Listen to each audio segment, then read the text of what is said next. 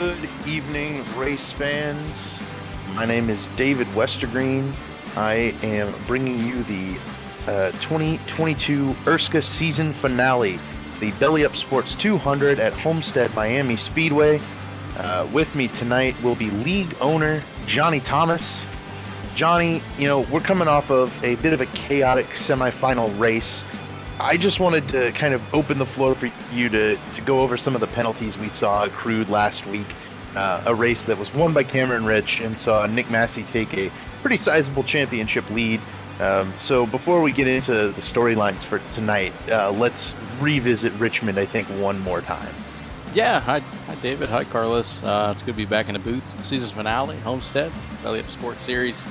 And yeah, we had an eventful prelude to the championship race, which saw a lot of penalties take place. Something that I don't really care to do, and you've been a part of ERSCA for the past 3 years, you know that we don't issue out a whole lot of penalties. We do a lot of behind closed door stuff. We will bring in the guys and talk to them, and we felt like we did that, and we did more than what we needed to do in order to getting things straightened out, and it just didn't work. So we had to have some penalties, and that was kicking two guys out of the league for a considerable amount of time, indefinitely. We had to suspend a driver indefinitely, and set aside anything that was on the track. If it continues week in and week out, we have sponsors. This isn't just a free league. Guys put in time, businesses put in time to sponsor the league, and we can't have what we had last week, whether it be on track or in this broadcast booth with drivers getting interviewed. So that's why we kind of laid down the law, and I just talked to the guys in the drivers meeting, and we try to retain sponsors. I would love not get any sponsors, or try to attract any new sponsors. I would love to retain all my sponsors, and it's really hard with the type of racing that we've seen these past few weeks, and pretty much this season in general. It's been a rough year for us. It's been a rough year for all the admins and the drivers that race clean. You see the guy that's leading this championship, and he's the cleanest guy in this league. He's the cleanest guy that I've pretty much raced with since I've been on this in Nick Massey. So, racing clean, racing with respect goes a long way. And we strive to do that. We want to have fun with what we do, and we try to stretch it a little bit to where you can beat and bang, and you want to pay somebody back, you can pay them back. But what we saw last week, we don't sit. Yeah, I think that what we kind of saw last week went above and beyond a typical payback, and me personally, I would love to have seen that happen a little bit earlier in the season, but it was the storyline. It was the storyline the whole year, kind of that Kwame was making some enemies, and by running into people at certain tracks, and it kind of snowballed from there. So with that, it was tough to avoid that topic in the booth, I think, and maybe we made it a little too much. But at the end of the day, I think there's a number of factors going into a race like that, and kind of the way this season has gone. We've seen a lot of cautions and a lot of crash fest races where it's not just certain guys racing not clean. It's the whole field. Mm-hmm. Yeah. We've talked about it. Admins have talked about it. You have your group of guys that are really, really aggressive throughout the year, and if the same guys race aggressive each in race, they're going to run into people who typically race clean. And when you eventually hit the same guys over and over again, those clean drivers, they're going to turn into aggressive drivers and guys that are going to hit you and spin you out and cut you off and drive you deep in the corner. So it's a snowball effect. You know, you make one guy mad, and then it's times 2, and then times 4, and then times 8, and now the whole field's upset. And there was really, we tried so many things to correct it, and we just did we fail as an admin team? I don't think so. I don't think we did. It's just the guys could not police themselves, and we decided to throw the hammer in there in the last week of the year. I think that's a good call, and it sets us up nicely. I mean, that next year there will be 2 ERSCA leagues.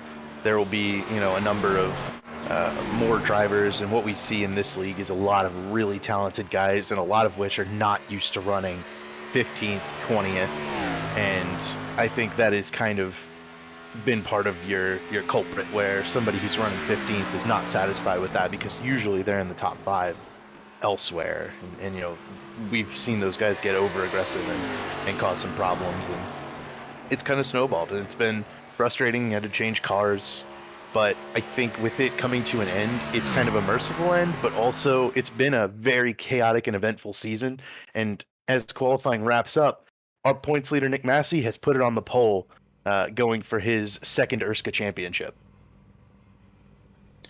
Yeah, like we said, Nick is Mr. Consistent. He avoids most of the crashes. He leads the league every year in X's, the least amount of X's incidents in a race. So, that would have been the opposite point. Nick does not. Yeah, Nick does not lead us in X's. But he's Mr. Consistency, and he. I mean, this championship isn't out of the question. He didn't lock it up. We still have the halfway bonus. We still have the 0x 3-point bonus. So there's lots of bonus points for those guys, 2nd through 5th, to accumulate, and we'll see what happens. I think we have Dom. Dom, are you here? And do you want to potentially run through the running order here as we get ready to go green?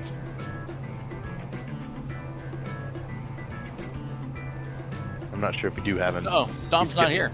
He's got some connection issues, but what I'm seeing, Scott Crump, Seth Rawls, Hank Steinmiller, and Cameron Rich are the top 5 behind Nick Massey. Rich being the first of those drivers kind of eligible to potentially win the championship should Massey falter.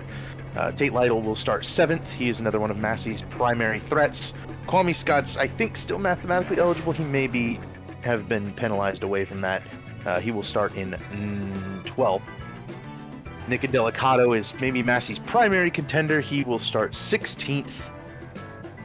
Yeah, there it is. So five guys within 44 points, and I think 54 is the maximum you can gain in a race, Johnny. And that may not actually be correct with the 29 cars starting the race tonight.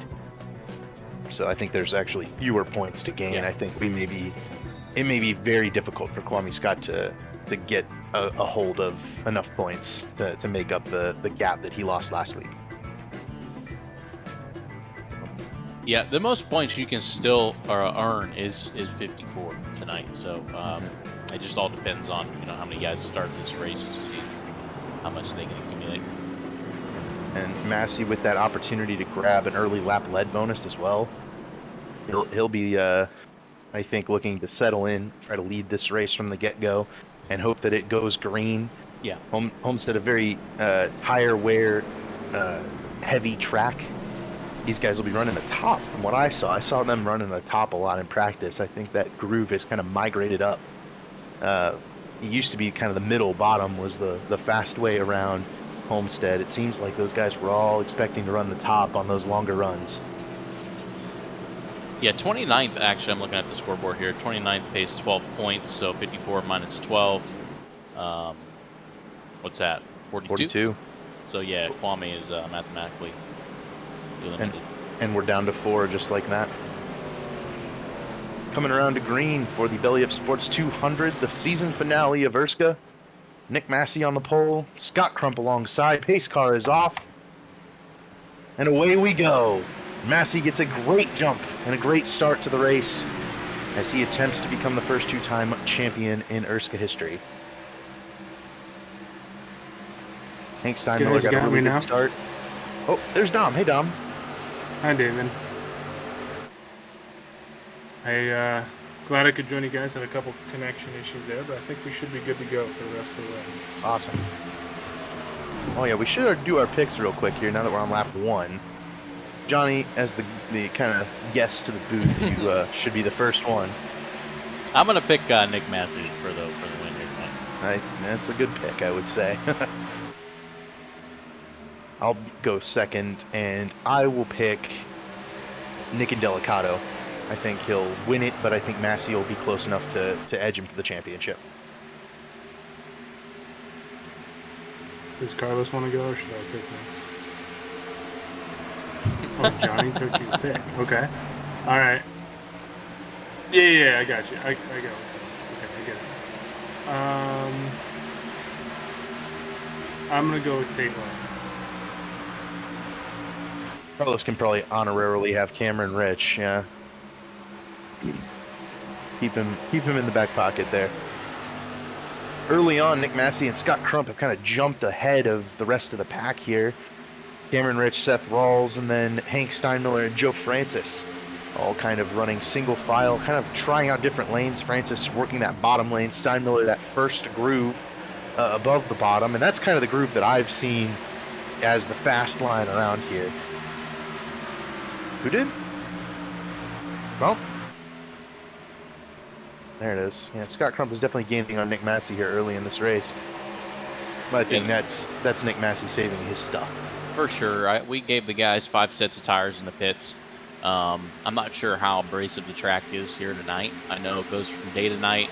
Green flag was at 7. The track should set by the time we end this. I don't know how tires are going to plan to affect. The first guy trying that wall riding technique is Kwame Scott back in 10th place. He's moved up 2 spots, make it 3 now as he goes charging by Ethan Burrell in the front straightaway. And Kwame's trying out that top lane early. I would think the top lane's going to wear your tires a little bit more, but once the tires wear naturally in the run, I think the outside lane will become the fast lane. But when your tires are fresh, I think the bottom is the way to go. That's where Nick Massey ran his qualifying pole lap. It's just the fast way around here at Homestead with those fresh tires. When you can grip up and get off the corner, you absolutely want to be running that bottom lane. Yeah, there's just no rubber up there. It's going to burn your tires off pretty quick. But it's making positions now. Yeah, Kwame might be kind of betting on that he needs as much track position as he can get early in this one. He definitely wants to be inside those top 10 in points, and every position that you gain in the point standings, in the final point standings, is more money. The payout is fairly significant for these chasers, and so every position gained is a sizable difference. And Kwame may not be running for the championship at this point, but he can at least jump up to second. Give it his best shot right now. Scott Crump still sitting behind Nick Massey. Cameron Rich into the 3rd position. Seth Rawls 4th. Hank Steinmiller your top 5 as they run here 7 laps into this one.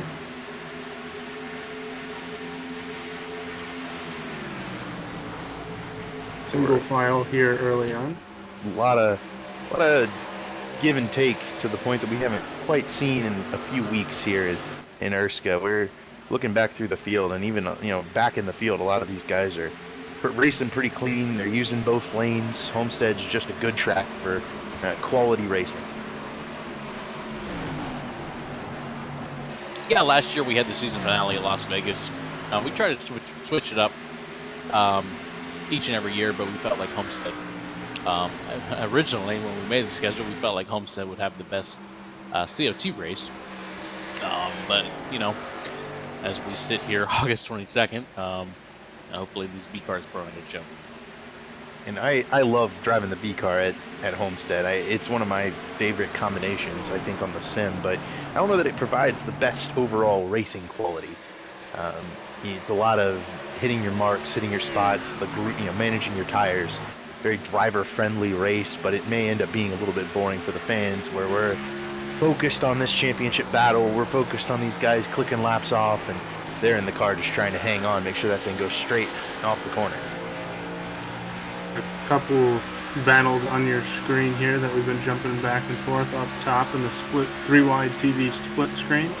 Looking at Andy Tripiano trying to make the pass up on the high lane, and then we saw Kwame Scott going after Matthew Bayuk for the 8th position as well. Kwame's got it.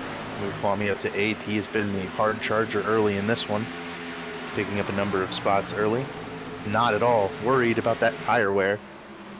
Cameron Rich also putting a lot of pressure on Scott Crump for that second spot. Crump running a little bit of a higher line than both Massey and Rich so far.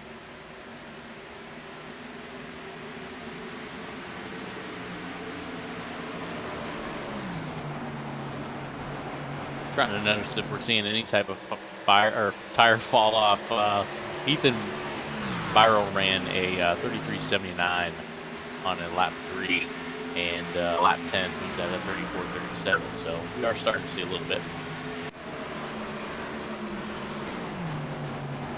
Yep, these guys are definitely going to have to manage their tires, and I think we're going to see some of these guys really spread out as this race moves along here, barring the potential caution flags, of course. But as these guys really spread out, the tire wear is going to kick in, and some guys are going to move forward, and some are going to move backward. It's going to be that classic case of comers and goers. So Keeter's one of the goers right now. He just got passed by Matthew Weeks. And Nick and Delicato, they're marching their way towards the top 10. Closing in the back of Matthew Bayuk, who holds down that position for the time being. Heater's falling back several spots here.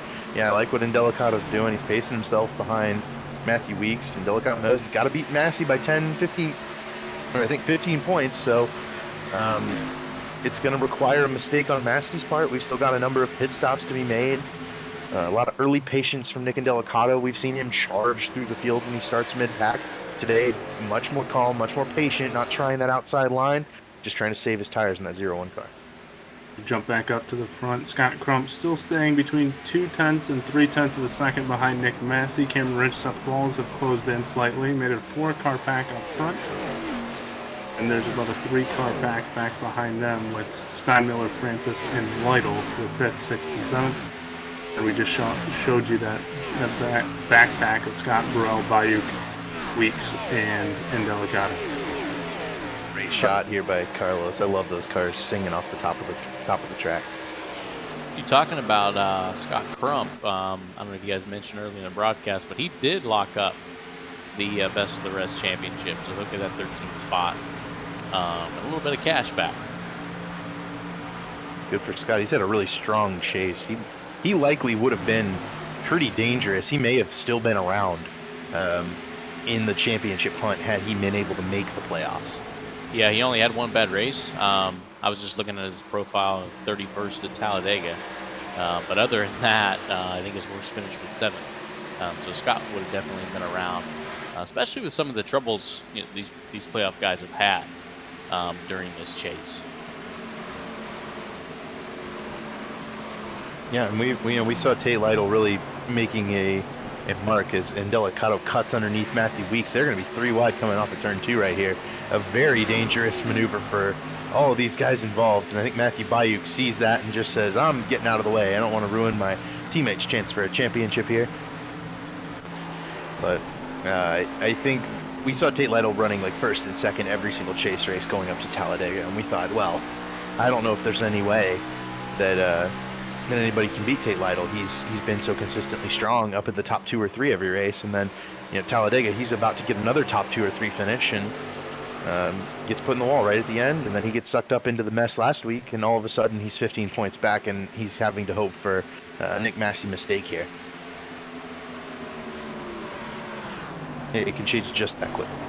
Yeah, it was going as chalk for the first 3 or 4 events, when then Talladega came and kind of put everything in a tornado and spit everything out, basically. And at that time, Kwame had the lead, and then Richmond came, and it changed again.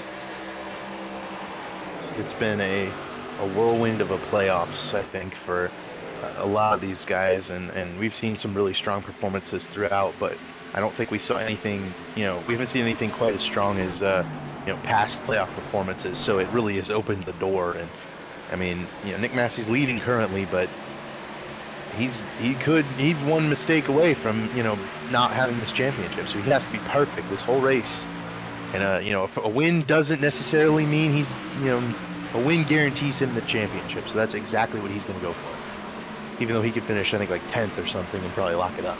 Yeah, doing the average finish here, Nick, during this playoffs had a 6.5 average finish, which is pretty good. I don't think it's as good as last year, but I feel like it's a little bit better than the first year, which was around 7th or 8th.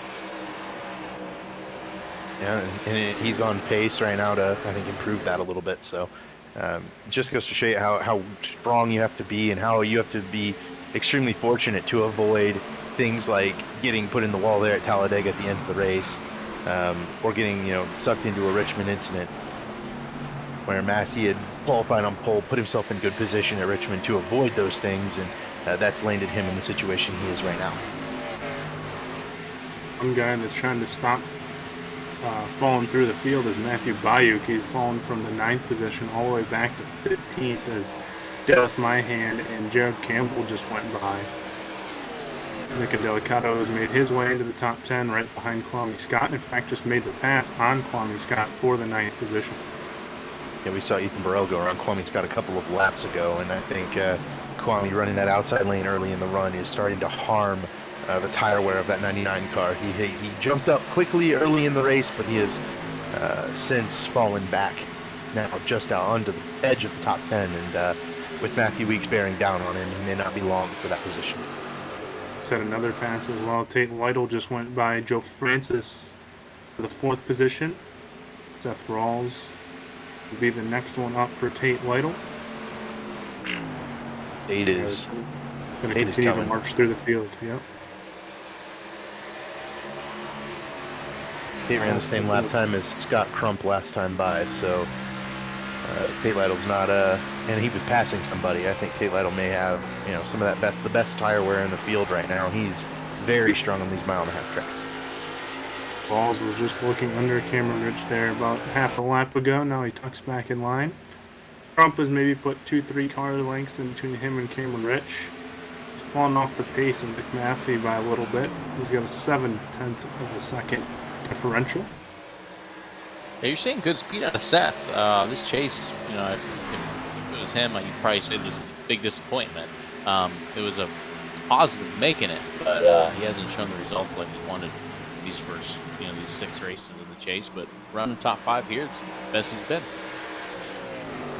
He's been strong all season. He's just not quite stepped into that echelon of, I think, multi-time race winners. We've seen a lot of guys step up one race, knock a win down, and kind of sneak their way into the playoffs a little bit. And Hank Steinmiller's another good example of that. He's got the firepower to jump in there and win a race, but once Hank got into the chase, he kind of fell off a little bit and hasn't really been able to recover.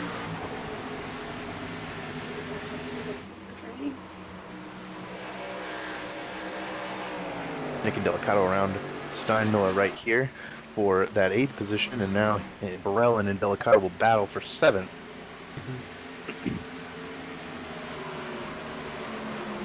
I think Scott Crump might be holding up Cameron Rich just a little bit.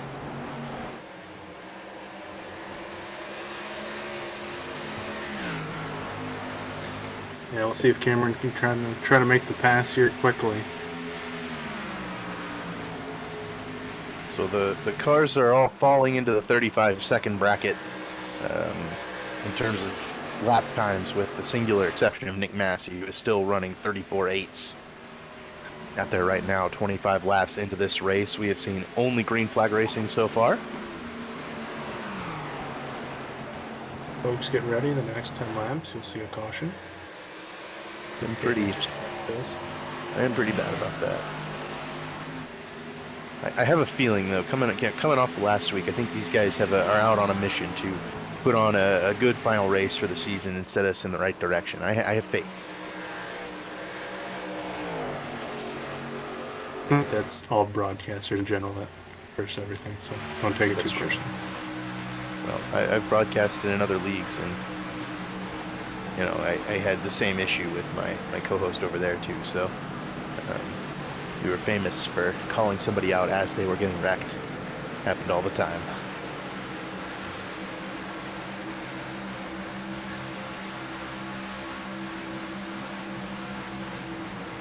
Rich tried to take a look under Scott Crump there, couldn't make it work, lost some momentum. Now trying to pair up with Seth Rawls here to close back in and try and take another run to get around that 51 car as they continue to lose time to Nick Massey. Gap now at 1.3 seconds from first to second place position. Tate slowly closing in on those 3 cars. Yeah, from what I'm hearing from Johnny, our admin race controller, I guess there was an incident between Brandon Key and Vincent Annabella. You see Vincent out of the race, 9 laps down. There was a contact about 8 or 9 laps ago, caused an incident and bring out a caution. Johnny Eckert's done a fantastic job this all season long. He's really reliable in the race control booth, and that's the kind of guy that you can rely on for making those difficult calls and fixing sometimes the glitches that iRacing can kind of throw at you. Yeah, and I feel like we've had a ton. Here's the replay of that incident between Key and Isabella. Looks like Isabella loose off the corner and down to the inside wall. Isabella gets off the track. Key hits the inside wall and continues straight. No caution brought out. They continue on. Yeah, tough break for Brandon there. Just innocent bystander. Isabella a bit on a bit of a high. I think he ran really well in the race before this. Maybe pushing it a little too hard off the corner there, and it's real easy to do here at Homestead, where that car can really snap out from under you on corner exit. And, I'm honestly surprised we've only seen it the one time at this point in the race. So this 2-car group right here have pulled away from Seth Rawls. Seth's car might be fading a little bit here. We've seen them put some gap between him and Crump and Rich for the first time here tonight. You can see Tate starting to close in for that 4th position right behind as well. Don't look now, guys, but Nick Delicato is the fastest car on track just about every time by. 01 car is really working on the bottom. He has saved his tires well. He's got about a 10th in the bank. He's blown by Hank Steinmiller and Ethan Burrell. Joe Francis will be the next one up. That would put him up to the 6th position. And there's a little over a couple of tenths between the two of them. Right now, the only guys in the 35.1 bracket are Nick Massey, Tate Lytle, and Nick Delicato. So how about that? Yeah, and we're looking around the 55 to 60 lap marker when we're going to start to see guys coming down pit road here. Well, that just helped Delicato out right there. Francis caught up behind Brandon Key, tried to draft in behind him a little bit. It slowed him up just a touch. And Delicato continues to close and should be on Joe Francis here within the next corner or so. I wonder, Johnny, if, with 55 to 60 laps on fuel, if we want to see some guys maybe hitting a little bit early, assuming this being a very long green flag run, try to split this race up more evenly into thirds, maybe getting like a 45, 45, 40, 43, I think would be the third run there. So that will probably be the magic number. You don't want to go too long. If you go lap 60, lap 120, that puts you at 13 to go. That's pointless, So I think the 45 to 50 lap marker would be probably the best strategy. These guys are well off their start of the race pace. We saw guys running laps in the 33-second bracket. Now they're in the 35s, falling almost 2 seconds off of their qualifying pace.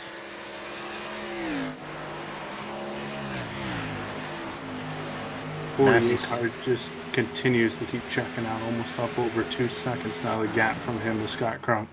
I'm looking through this. All of a sudden, the pack is accordion together. I think we had some guys hit pit road.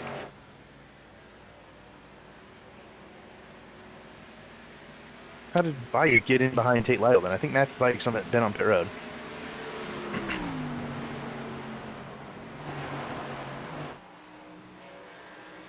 Yeah, Bayek is 11 seconds off the pace. He is pitting now. He's in 20. Nope, he's in 22nd. Oh, he's just down. I had the wrong lap counter on. My mistake. Yeah. His car was fading a little bit, but Carlos going to do our investigating for us. I think I just made a goof. But Like Tate Lee Lytle and just Nick took and 4th. Yeah, and Delicado's about to take 5th on Rawls. Yep. He's right behind Tate Lytle as well.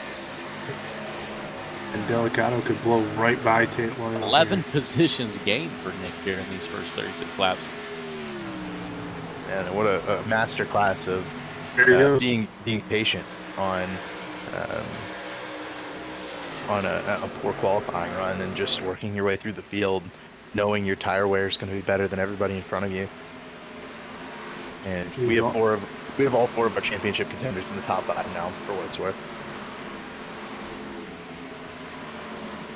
And Delicado is working to get around Lytle on the inside. So in your guys' opinion, as a championship leader running in first place, when do you pit? Do you wait until Tate and Nick and Cam pit? I wouldn't pit first, but are you kind of following the same strategy as those guys?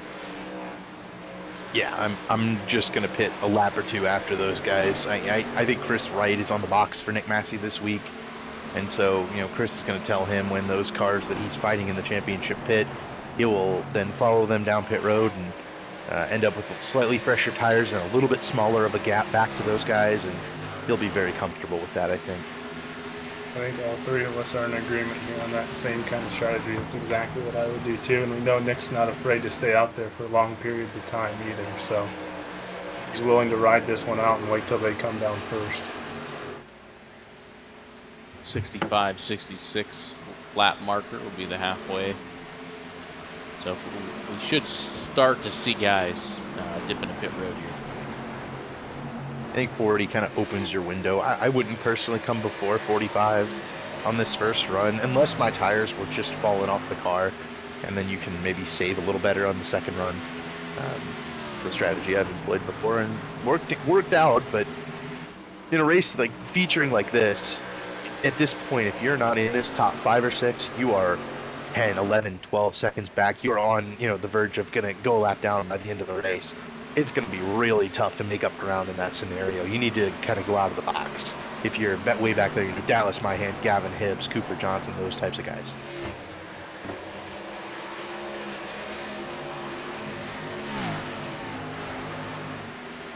It was a solid run for Joe Francis. He showed out at Talladega a couple of weeks ago, led a bunch of laps, was up front, and he's had some really strong runs. He was up front at Richmond as well. Out here in 7th today, and very clearly a strong long run car. He's run down Tate Lytle and Seth Rawls. I'm impressed with Francis. I kind of, this form has been what feels like a long time coming. You know what I mean? Oh, no doubt. When you talk about all the kind of the chaos that we've had this year, and even chaos that we've had in years past, Joe's never part of that. I'd put him in the same group as a Nick Massey. He's quiet. You don't hear him on the mic too much, and he's just steady. He's consistent. He's between 5th to that 15th range, and runs super good at these plate tracks. But having a good run here tonight. I don't know if you guys caught that, but Seth Rawls almost just lost it coming out of the corner. I think his tires are about done. Starting to slide around here a little bit. You're getting evil on Seth Rawls. He's bobbled out of several corners, lost a couple of spots. And again, that car wiggling under the driver of the 0-2, and to the inside goes Joe Francis. You're right on board now. You can see Joe to the inside trying to make the pass. That would be for the 6th position. There's cars stepping out on him. What a save by Seth Rawls. I keep telling Johnny, we got to get a good hands move of the race. We can get some of these saves, get a little sponsorship going for that. That was a wild save by Seth Rawls. We had the in-car on it, but he was dead sideways, and he kept it off the wall. He's going to need to pit. He's going to need to pit. That car is now handling to the point that he's losing more ground than he would gain by staying out 2 more laps. We got Ethan coming in right this lap. So is Cam. A bunch of guys coming in. Yep. Cameron Rich, Ethan Burrell. Nick Massey staying out. Cameron Rich trying to short pit a little bit. Lap 44 for Cameron Rich. So maybe a lap before that optimal that we talked about. Ethan Burrell followed Rich in. The first of the 5 to come in and kind of pit. and Delicado, Lytle, Crump still out there with Nick Massey. The gap now over 2.5 seconds, approaching 3 seconds from Massey to Crump. It's a big gap. Nick Massey's built himself a very comfortable lead. Rich just now off pit road. Bogard gonna come down pit road. And even with 35-second lap times, you go a lap down on pit roads. The last thing Cameron Rich wants to see right now is a caution. Delicado's coming by. I think he's going to be pitting here this time by. If Massey still stays out. Lap 45, thinking Delicado and Scott Crump both on pit road here, and Delicado made up a bunch of ground on Crump entering the pits. I wonder if Miller. Homestead's pit road is notorious for exactly that right there, but I think Hank did a good job of mitigating the damage on that one. A little slide, but he saved it. A little bit of tempers flaring between Hank and Weeks. Looks like Weeks did not hear Hank calling in that he's pitting, and that might have caused that incident. That's exactly what happened. Oh man, Massey with an aggressive move to pit road. He just about hit the barrels. That was one thing you cannot do. Yeah, that would have been drastically bad. Cameron Rich is now back in the lead lap. He's driven up around Tate Lytle just now. I did check the replay. Hank Steinmiller did get hit by Matthew Weeks. Think that was just a little bit of miscommunication there on the green flag pit stops. Tate just got really loose down the Tate's back pitting stretch. in this lap. Overcorrected. Here comes Tate Lytle. Joe Francis will stay out and assume the lead, it looks like. I don't think you want to stay out much longer than this. This is maybe the maximum window there, and you'll have the fast car, but you are giving up 2 seconds a lap to these guys on fresh tires right now. Colin Scott also on pit road. Same for Garen Turner.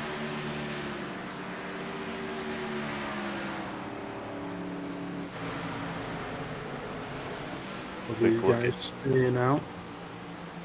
Looks like Nick Massey is going to be right behind Cameron Rich after this cycle's out, but I also think that Massey's got several laps fresher tires than Cameron Rich does.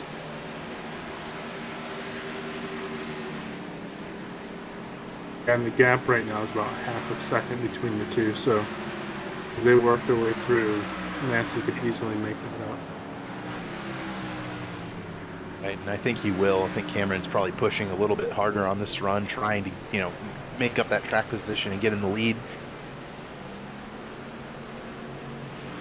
Cooper Johnson now staying out. He'll be the leader. As it stands right now, Bayuk the only now they'll make their way through as we cycle through, but leader of the playoff drivers in the 7th position. Yep, Cameron Rich and Nick Massey, they are now within less than a second. They're less than half a second. Nick Massey's closing in on Cameron Rich, and that would be the pass for the lead. By waiting, Massey's got the freshest tires of this front group that he was running in, and having a lead, being able to maintain that advantage and just pit later than everybody else just gives Massey such a huge advantage on this second run as he dives to the inside on Cameron Rich here. It's that still continuing for a few of those that have not came in yet, or Trey just Holmes now on. coming in. Trey Holmes on pit road. Wyatt Nadel assumed the lead. Dallas Myhan, Kyle Hanshaw, Michael Goodman, Matthew Bayuk, the cars that have not come down yet. I think Bayuk was the first of the... I don't think he's been on pit road yet. He's showing us 6 seconds back of some of those guys. So. Yeah, top 6 there are yet to pit, and then Nick Massey there in 7th just took it from Cameron Rich. He will be the leader when things cycle out.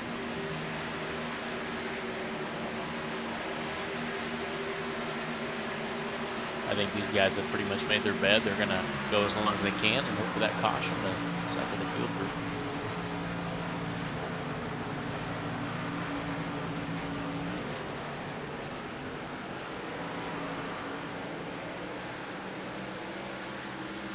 Speaking of Cooper Johnson in first, I think Cooper, I haven't done the math, but I think he has had the most hard chargers this year.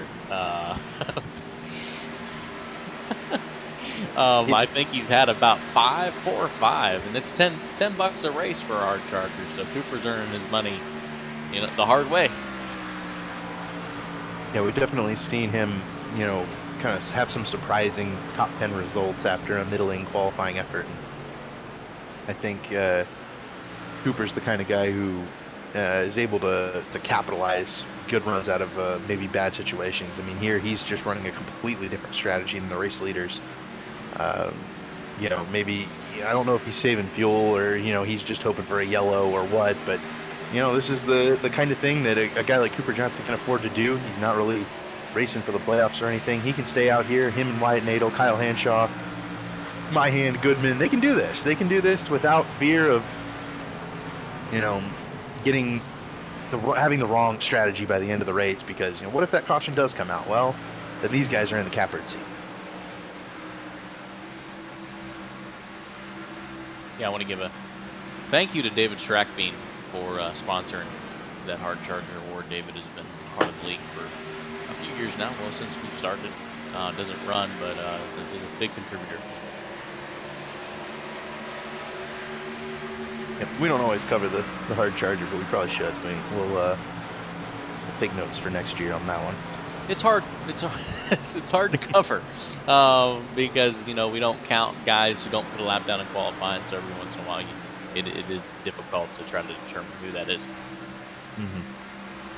And right now, Cooper 26th on the grid. To my eye, he would be the Hard Charger eligible driver if he were able to finish. He's got the worst qualifying lap of anybody who put down a competitive lap there. So,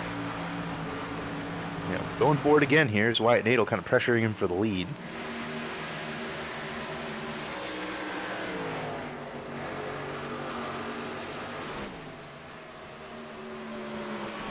Cooper Massey's caught by loose there.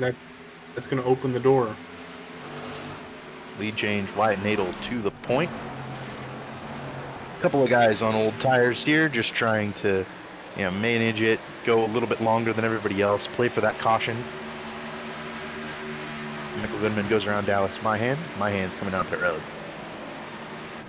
That leaves us with just 4 drivers yet to come down and pit.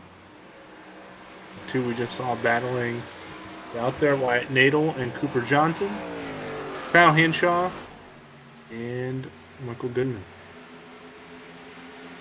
Yep. And Massey's only 6 seconds behind Wyatt Nadel now, so the fresh tires are absolutely, the right play in terms of speed right now at this point in the race. But, those guys are going to come out on fresh tires here in a little bit, and they'll be much faster than these leaders. They'll be running around them, and with all those different sets of tires on the racetrack, there could be some chaos to be had there. Wyatt Nadel now down pit road, handing the lead back to Cooper Johnson. Massey might get these guys before they ever get a chance to pit. He is only 4 seconds behind Johnson, 2 seconds behind Goodman.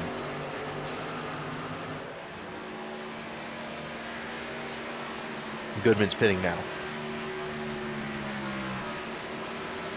I almost feel like you have to pit, like you were saying, David, before they come and Massey gets around you. So you've ran it about as long as you can, but you got to come down pit road now. Yep. One thing though that I would always say is, if you do the same strategy as the leaders, you don't have a chance of winning. But if you do a different strategy, maybe this is a bit of an out of the box strategy, and they'll probably run a 30 or so lap run, come back down pit road again. It may not work for them, especially if this race goes green, but it had the chance to work for them, and that's the important thing, is that those guys have gone for it. It's going to be interesting to see where they cycle back out. For these guys now, they want to have the race go green as long as possible. They don't want to get stuck a lap down, maybe even 2. Coming up on the halfway points, and after pit stops, Cameron Rich was able to get around Scott Crump, and he has held that so far, but Crump's starting to pressure Cameron Rich now for that second position. Since that's behind Nick Massey, I don't know that it'll matter too much in the grand scheme of things here, unless Massey has a problem of some kind. Nick Massey's about to catch Cooper Johnson here. He's closing in a hurry.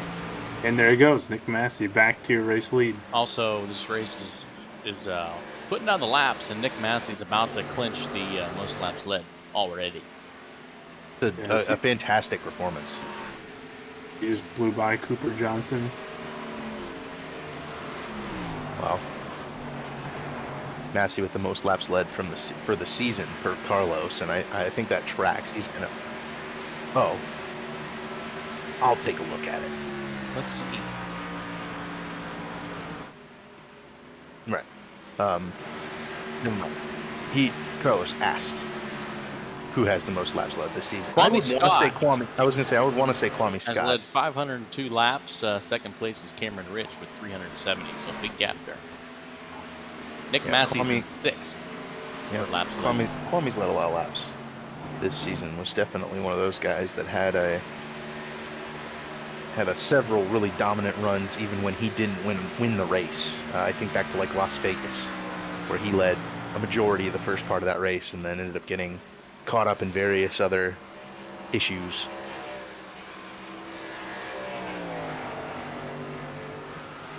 And also, think we've had two separate brands of race car accumulating those laps led. So, and Kwame was good through all of them. Massey was maybe a little bit out to lunch in that COT, but once the Xfinity car rolled in, Nick Massey kind of stepped it up and has really been strong in this chase. He's starting to put a comfortable lead on the rest of the field again as he's closing in on a 2-second lead over Scott Crump, and it's 2.5 over Cameron Rich. Rich kind of paying the price now for that earlier pit stop. And Nick and Delicato closing in for that third position as well.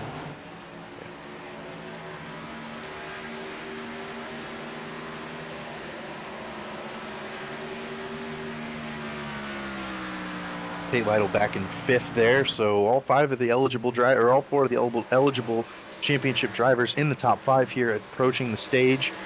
But Nick Massey leading the points and leading the most laps thus far in this race.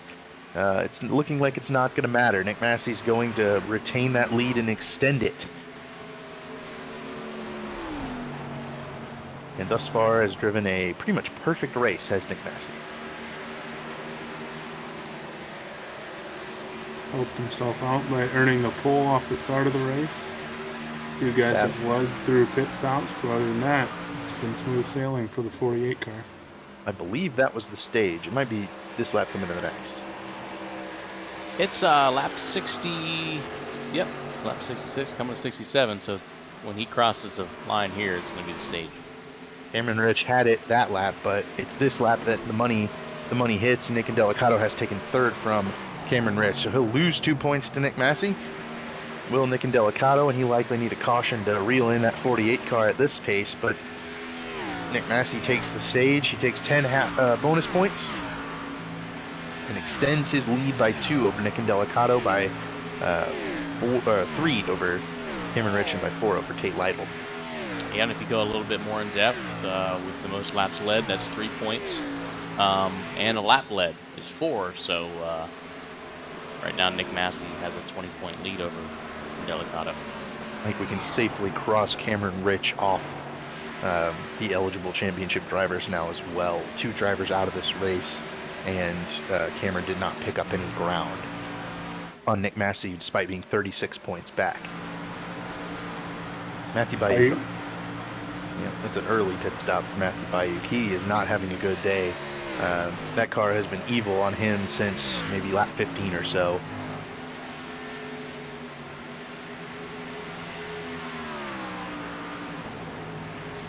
Yeah, Brandon was one of the guys I was really looking forward to the COT. Ran a few races, and I know for a fact after about 2 races on the COT, he was not looking forward to it anymore. So we haven't seen Brandon in a while, but he's coming back, bought a new rig. Hope to see him next year. Did I say Brandon Key? I meant to say Matthew Bayou.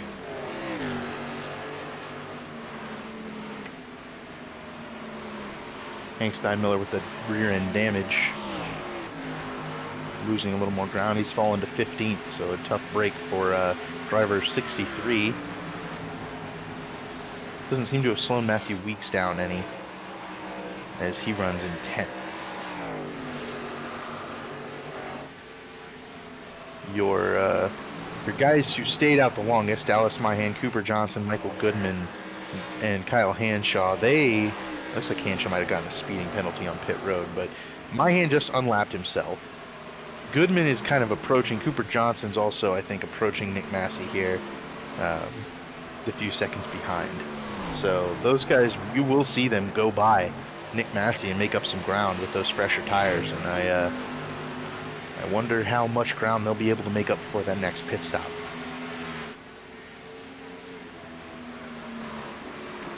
There's both Cooper and Michael Goodman right here, approaching Tate Lytle for 5th, but they are a lap down. A long way to go. Yeah, they'd probably like to get to about the 20 to 25 second marker back from Nick Massey before Nick pits. That way it'll cycle around and at least have a decent gap before Nick passes them by again. Just, in a time where Nick Massey absolutely had to have a perfect performance, he's gone out there and he's done just that through the first 70 laps of this race, and now it's about bringing it home, despite the adversity that may be approaching, with Wright on the box and Massey having made some, had made his bed in a really good strategy. It's going to be external circumstances that cost this 48 car anything today. Yeah, it's deja vu from the first season here in ERSCA with Nick Massey. You give him a little bit of a taste of the championship, or a taste of being in first place, and I don't think he's gonna let it get away from him. Cameron Rich has now fallen into the clutches of Tate Lytle for 4th. They're about 2 seconds ahead of Ethan Burrell in 6th, who is sitting at about a second ahead of Kwame Scott. And just like that, a bigger gap opens up between Tate and Cameron. That was a big save. I don't know if you guys caught that. That was huge from Tate Lytle. Tate trying to put the power down, I think, off these corners to get around that 47 car. 8th is Joe Francis, 9th is Seth Rawls, 10th is Matthew Weeks here on a little through the top 10.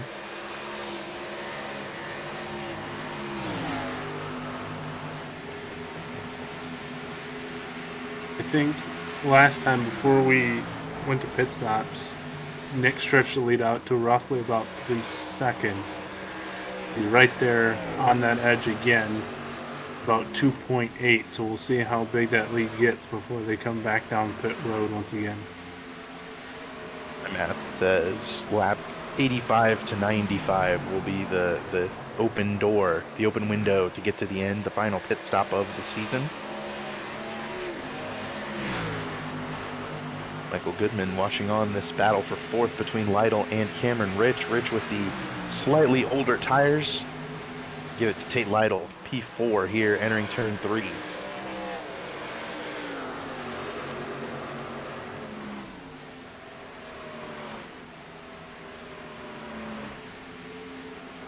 Kwame Scott and Ethan Burrell now battling for 6th.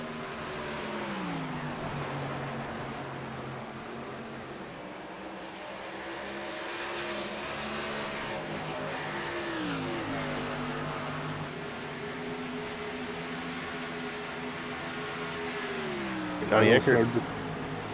Go ahead, Dave. Johnny Eckert gave us the points update. It is now 18 points between Nick Massey and Nick Indelicato. Tate Lytle now 22 back. Cameron Rich 39 back. After the halfway update. You guys mentioned Ethan, and Ethan was a byproduct of not getting a lot of chase points going into the season, or going into the chase. And besides his rough finish at Darlington, which was the 29th, the first race of the chase, he's been 6th, 8th, 6th, 9th, and 8th. An incredible chase for Ethan. But that one race at Darlington and the no chase points really sent him back. What's crazy to me is that you know, we look at that. That's a very good chase, but it was just clear the way things were going that would not be enough. Even if he had the chase points, that wouldn't be enough. You had to finish top 2 or 3 in at least a couple of races there, and kind of an uncharacteristic 6th to 10th style chase for Ethan Burrell, where he's usually battling for wins. And I mean, you look at the first 4 races, Tate Lytle finished in the top 2 of each of those 4 races, and he's not going to win the championship.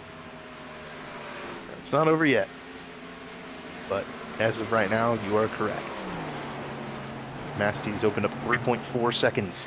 Back to Scott Crump, the tire advantage of Massey being able to stay out later than everybody else, proving invaluable thus far. He's running the fastest laps on track that are not from those guys who ran, who pitted much later. In my hand, Goodman, Cooper Johnson. So Nick Massey really just out here putting on a show in terms of domination. We're within about a 10-lap window here of pit stops where guys should be coming back down pit road once again. We'll see if anybody comes a little bit earlier than what we were thinking about. Definitely gives you an advantage there, but that advantage evaporates very quickly. So you just need to find that sweet spot. We saw Cameron Rich come off pit road ahead of Nick Massey after the previous set of pit stops.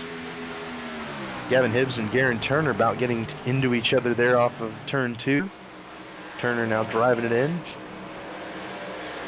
Bottom of the racetrack, Hibbs up top.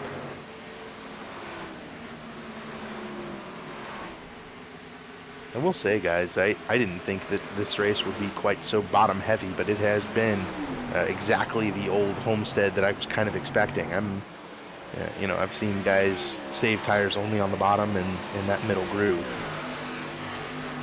Yeah, and we've seen with the B cars with the new updates that multiple lanes have been working more for these cars, but for some reason, whether maybe the track temp, the time of day, it seems like the bottom lane is the place to be. Track tip is pretty chilly. It's 83 degrees for track tip.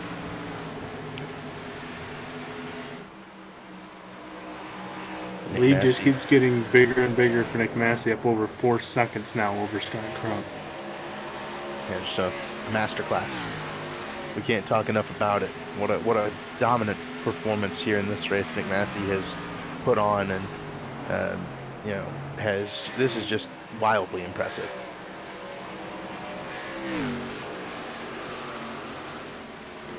Battle for 4th upcoming. Tate Lytle has caught Nick Indelicato.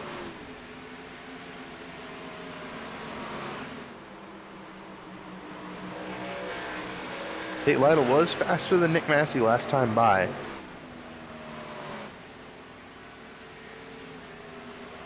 He's got a long way to go to try to track him down, though. The idea here, I think, is that I think all of these guys, Crump, Indelicato, Lytle, and Rich, they have something for Massey if the caution were to come out. But if the grace goes green, this thing is all Nick Massey.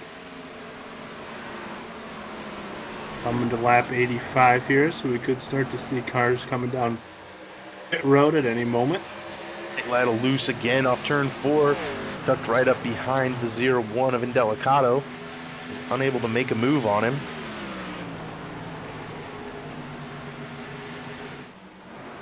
Seth Rawls and Matthew Weeks are putting on a battle as well back there just to finish up the top 10 in 9th and 10th. Looks like Seth Rawls is going to have the position for now. Go for Tate Lytle. He's going to have to follow Matt Indelicato through 3 and 4 once again. This was where Tate got loose last time by. This time he's able to tuck it close to the Indelicato back bumper. He might have a chance to pull side by side with the 0-1 going into turn 1. In fact, he will. Tate will dive it on in there into turn 1, coming out of turn 2, still side by side with Indelicato. He's going to have the edge exiting the corner. Delicato's going to get a run. Kate's got that preferred bottom lane here. And 3 and 4, he's going to wash up just a little bit, but he keeps it off of Delicato. Good clean racing. Oh, got a little loose. Tate controls the 56, but he'll slide in behind Delicato once again. A couple of remarkable saves from the driver of the 56 car.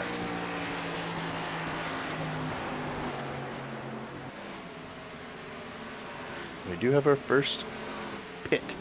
Yeah, first guy pitting. Lap 87's right on schedule in my book here.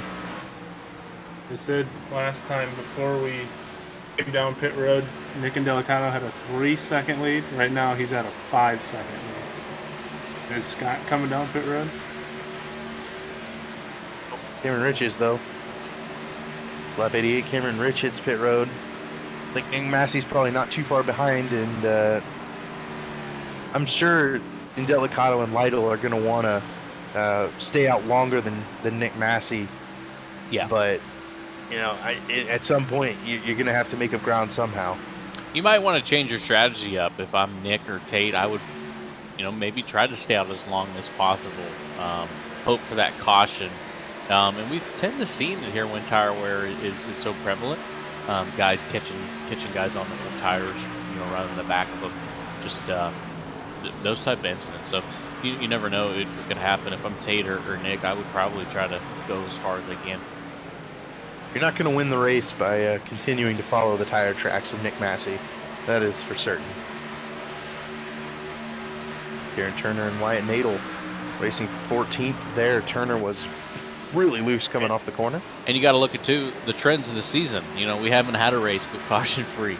Yep. If you're going with the trends, stay out as long as possible. Here comes Nick down pit road. He'll slow it up. It's Nick and Delicato, that is. Nick Massey, your race leader, stays out for the time being. I think Massey may be comfortable enough to come down pit road now. He came down at 45 before. We kind of mentioned that 45.90 would be my preferred strategy, and that's what Nick Massey executed the first time through. We'll see if he follows it up. Nope. 48 car stays on the racetrack here. He'll go at least one more lap. And Scott Crump and Tate Lytle are both going to come down pit road, which means that's probably going to force Nick Massey's hand to come down next lap. Yeah, I think now's the time for Nick Massey. No one in his near vicinity is going to be gaining on him more than one or two laps on their fresh tires, and I think that that'll signal that it's time for Massey to come down pit road right here. Wondering if he was maybe staying out like we had talked about until he made sure all those guys behind him had already come down pit road. We'll see. Should be taking the turn. Massey stays out.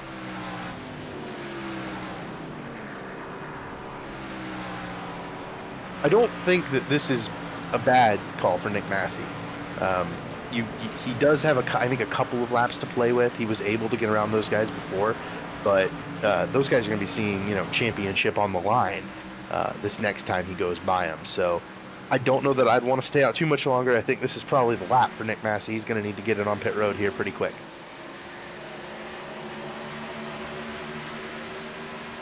He stays out again. Yeah, I'm hearing no radio communication. All right, nobody can say it this lap, and maybe he'll actually come in. Tommy Scott also adopting a stay out longer strategy this time. Those guys definitely came down on the same lap, I think, the first time, lap 45. So, you know, those team cars, they have an idea of when to come down pit road, and you know, it hasn't been so far. All right. Let's see it. That was it. There it is. All they needed was for Carlos to write it on the screen. Down pit road comes Nick Massey. It looked like a very smooth entrance on pit road. We'll watch and see where, I think Cameron Rich is going to be the first car. He's in turn 1 right now, so it all depends on where Cameron Rich will be once Massey comes off pit road.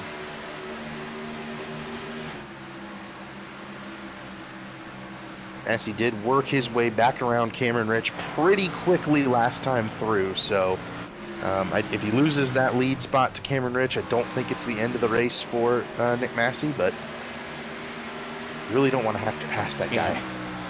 Looks like Mogard slid through his box there. Maybe had to back up a little bit, entering his pit stall.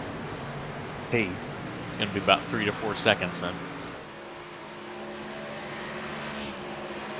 yeah, big, decent-sized gap. Mandelicato and Crump are all ahead.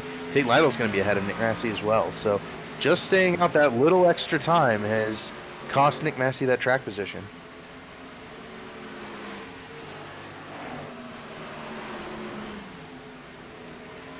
But he will have the fresher tires, and I think that will be the trump card. Yeah, he's right there behind Tate Lytle. He should probably catch him within half a lap or so. Remember, he can finish right there. You know, if Nick Massey were to finish exactly where he's running right now, that's a championship.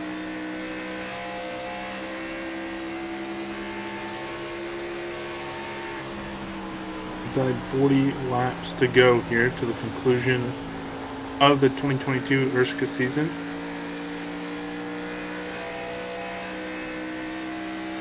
Tommy Scott has stayed out. He is assumed the race lead.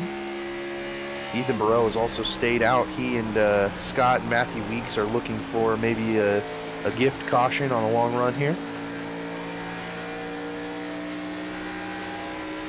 Yeah, these guys can probably go another maybe 10 to 15 laps. Yeah, there will be no saving to the end for Kwame Scott and Ethan Burrell. This is a bit of a desperation play to try to grab some track position if a caution were to fall, but this race is trending the opposite way, and it looks like Ethan Burrell is coming down pit road this time up.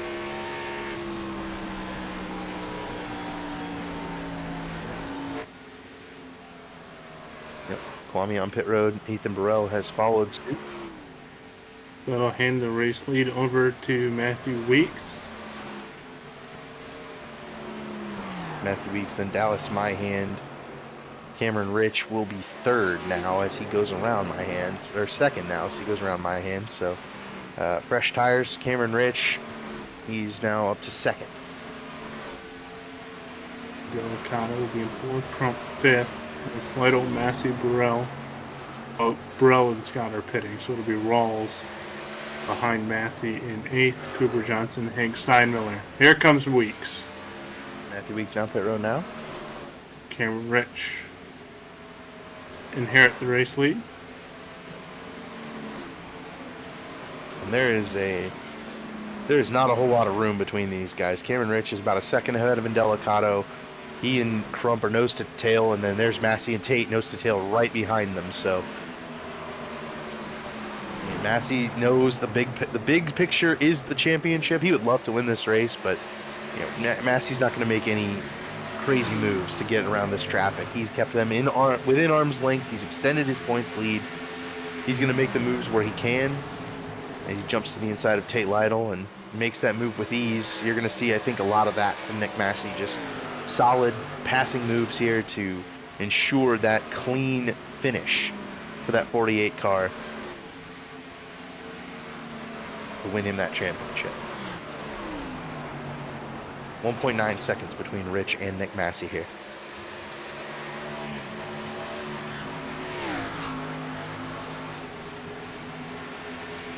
Rich, Indelicato, Crump, Massey, Lytle, the top five here. Four of those guys are championship contenders entering this race, but it kind of looks like only one of them is going to have anything to say about said championship in this one.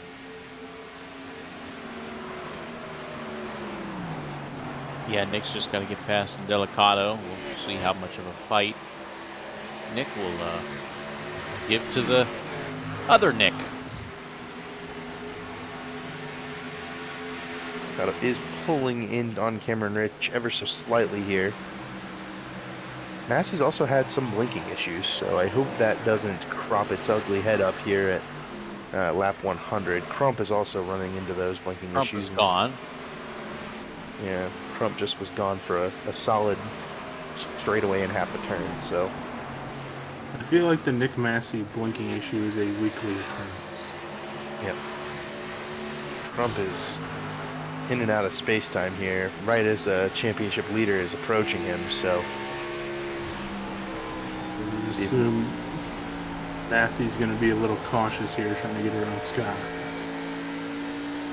Definitely the most tense. And Delicato slides up. Definitely the most tense moment of the race so far, as Nick Massey has to work his way around two of his closest competitors for this entire event. He has a big tire advantage, and right now he's just being patient in that 48 car. Looks like that connection is maybe steadied just a little bit for Scott.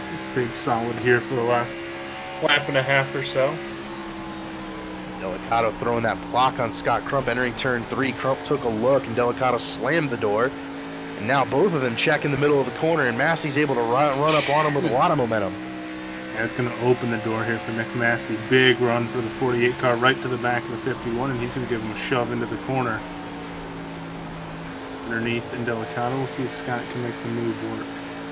Pinching from that 0-1 onto the 51 car. You see how it affects that 51 as it gets very loose. That'll open the door and allow Nick Massey to jump to the inside of Scott Crump. Crump's going to have to run that middle lane, though, and he pinches off the championship leader.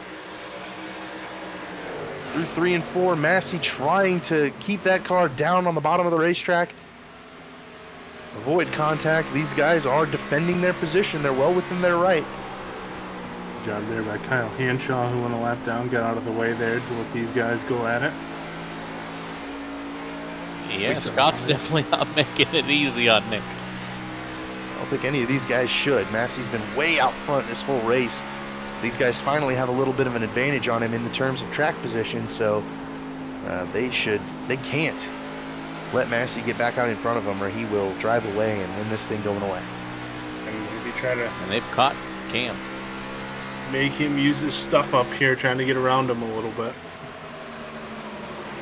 And I think the one advantage is that Massey's been running the bottom. He's been running his line. Hasn't stepped out of it at all in making these moves. He knows he can win this race. He's been very patient. I don't think he's got Crump clear now, but he's going to have to clear entering turn 3 here.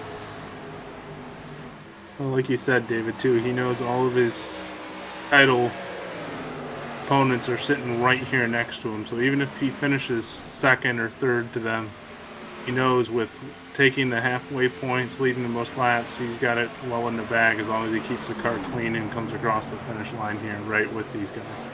No, at this point, Delicato's not even able to put up a fight against this 48 car. Just an absolute power move down the front straightaway, and Delicato trying to hang tough on the outside, but with the tire disadvantage, it just seems to be a lost cause here for Nick and Delicato and Cameron Rich. Rich throws a big block down there into the corner, trying to slow up the 48 car. Don't know how well it's going to work or how long it's going to work, because here comes Nick Massey. They fly around Matthew Bayou, who was out there on older tires, and now in Delicato to the bottom on Nick Massey. A small point there from Massey, and Delicato trying to help Cameron Rich get there, but Massey might get the run off the corner.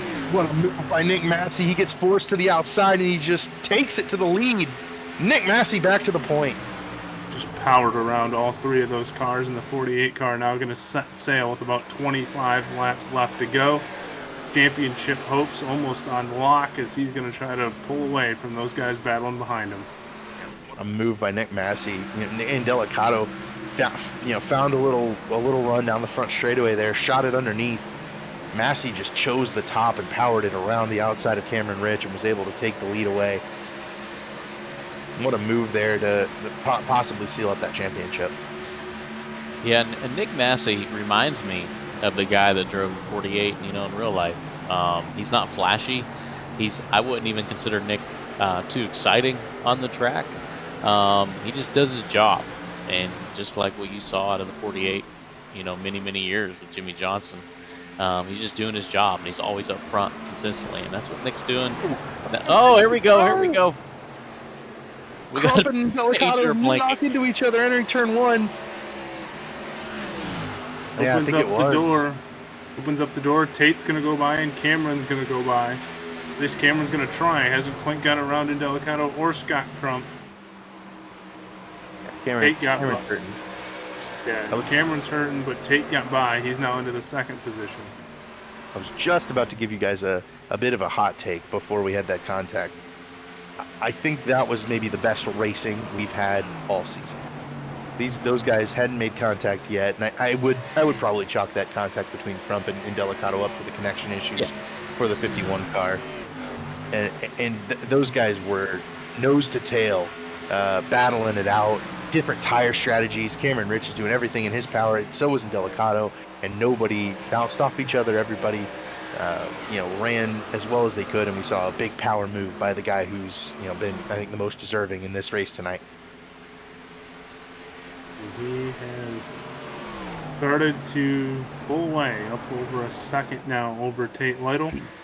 22 to go, and just look for that lead to continue to expand through the. We got a caution. We got a caution. Cooper Johnson.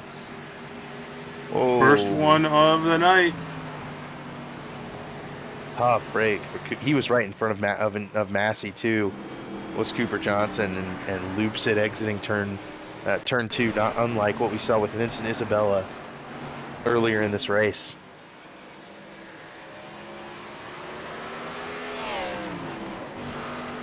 Cooper loop. And that's not what Nick Massey wanted to see. These guys are going to be able to run right on his bumper at full song for the next 20 laps.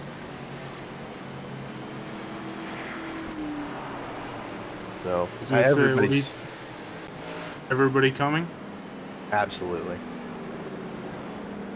Tire wear is much too great to avoid, and they've got a lot of sets in the pits. They've only pitted twice so far.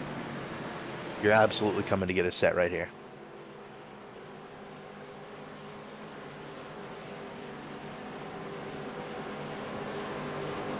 Massey, Lytle, Crump, Rich, and Delicato, the top 5 entering pit stops here. No mistakes from Nick Massey. He needs to maintain this position. I was just looking before this caution came out. 18 cars are on the lead lap. Nick Massey's points lead is 18 points.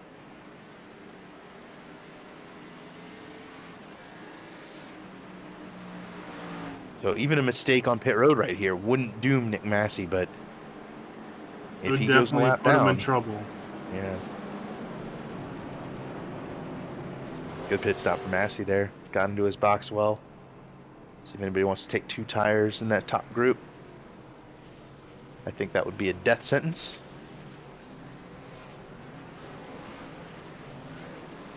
Race off Massey, pit stop for road, and Tate. Massey's got it. Massey, Tate, Rich, Crump, and then Delicato the race off pit road. Big deal for Massey. The only restart we've had tonight, you'll get to control it. Man, we were so close to that caution-free race, but we've talked about it where it's just felt like this whole season that we've had really good stretches of racing there for 60, 70, 80% of the races, and then the final 20% of the race seems to just be cautions breeding cautions. Well, let's hope that's not the case tonight. Maybe we'll just have our one. We'll go these 18, 19, 20 laps and be set to go to the conclusion of this one.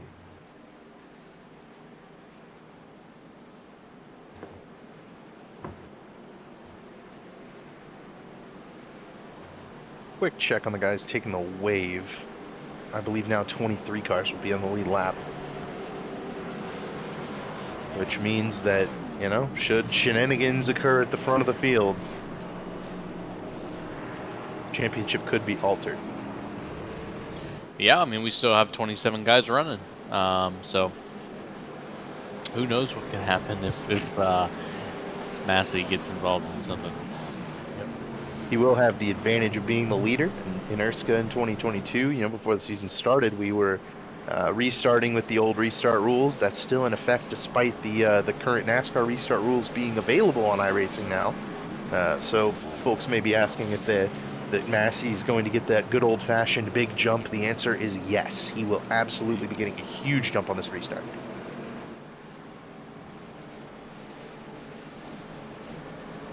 And that may be all he needs. He just needs to not lose the lead, and I think he's still fine. But if Massey ends up in that traffic at all, then we'll get dangerous.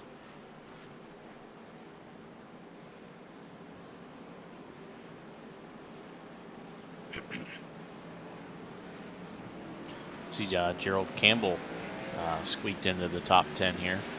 This is for first time in the top 10 tonight. Yep, And Daniel Martinez sitting in 12th right here. He's had a very good, quiet day.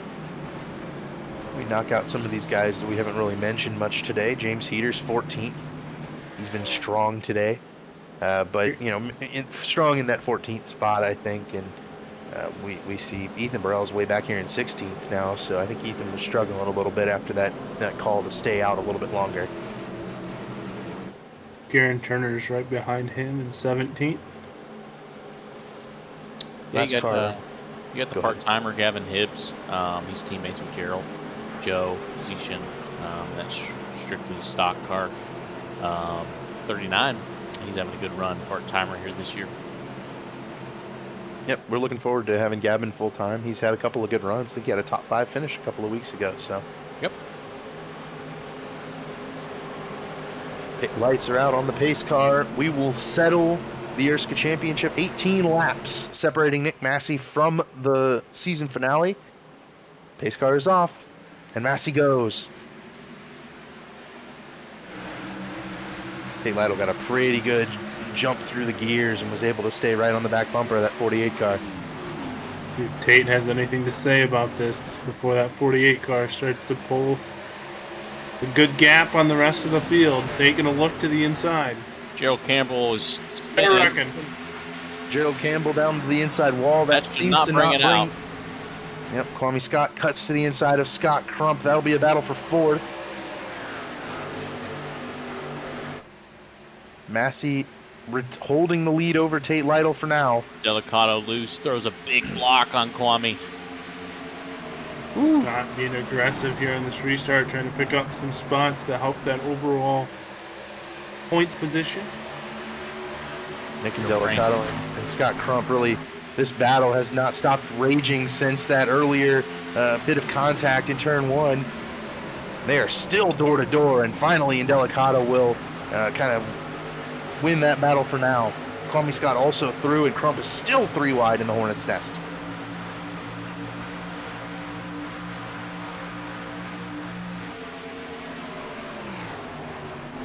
Kwame Scott. Wow. Nick Massey just turned the fastest lap of the race. It's go time, and Nick Massey's turned the gears on in that 48 car. Tate Lytle's just kind of, Tate Lytle's giving it us all right here to finish the season up with a win. Nick Massey's just got another gear in that 48 machine.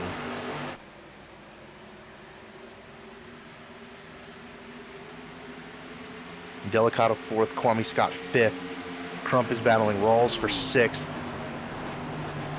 Those two have been side by side for a couple of laps now. And Rawls will clear Scott Crump for 6th.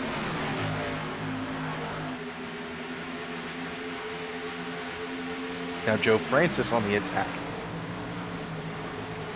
Oh, Crump got into Rawls. Crump's just going to take out Rawls, and there's a That'll be a wreck. That's caution. And Daniel Martinez and Gavin Hibbs, innocent bystanders in that one. Well, it's gone awry. Yeah, you may have to go back a lap or so to see what caused that. Yeah, we need to go, I think, even further back there. There was either possibly a lap before.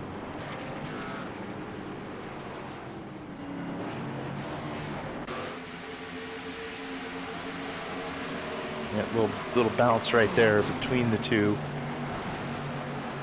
Yeah, that wasn't really anything for Scott to be too upset about, but obviously he was.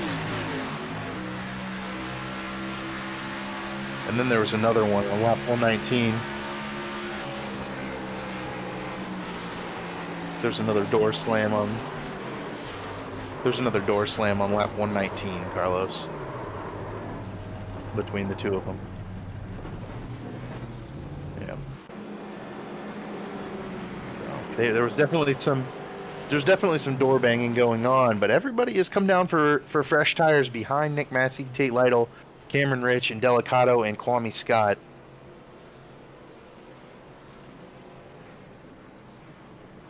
Let's see who the first one off pit road is going to be. Joe Francis. Yep. Francis, Matthew Weeks. Jared Mogard and Ethan Burrell, the top 4 off pit road. That'll be like the back end of the top 10 here, I believe. I want track position though. You know, that the tire wear is definitely a factor, but it's not that much of a factor yet. They only have 5 laps on their tires, and they'll have the track position. So I think Indelicato and Kwame Scott are going to be under fire, but I think we'll see a similar restart with Nick Massey, Tate Lytle, and Cameron Rich kind of pulling away.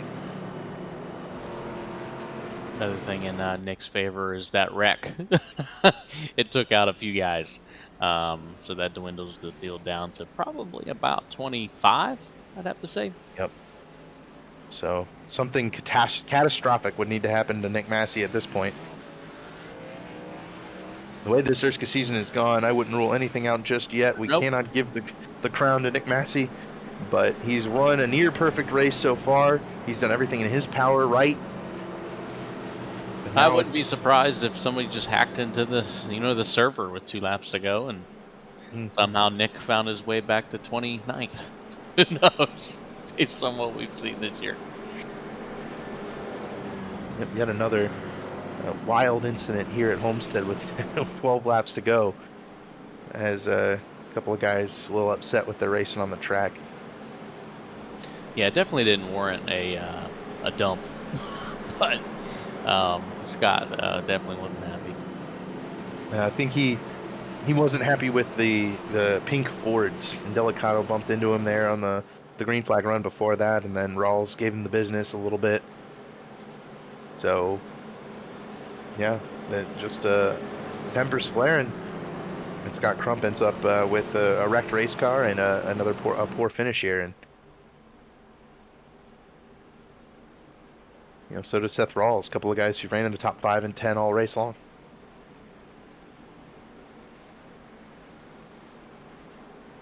Lights are out on the pace car. Nick Massey will start from the bottom lane. Joe Francis, first car with fresh tires. He'll start from 6th on the outside. Yeah, really interested to see what Joe can do. Also interested to see what Weeks can do on the bottom. Is he going to get a good jump on Kwame and take him 3 wide on the bottom? And if he does, do we see something to that effect of the 2016 NASCAR Cup Series race here with Carl Edwards and Joey Logano? Very possible. I believe a 48 car won that race as well, if I recall correctly.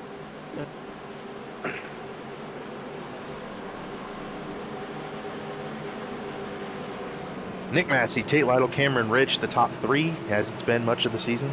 Nick and Delicato 4th. Kwame Scott 5th, but they are at a tire disadvantage from 6th on back here with the remaining 10 laps to decide the championship.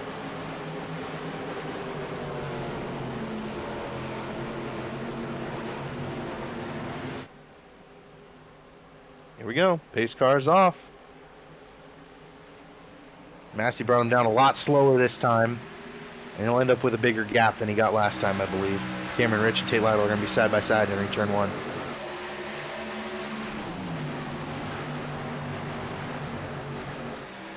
Rich underneath Lytle. It's going to be a battle for 2nd. And Delicato and Scott Turner's trying to wreck. They're wrecking.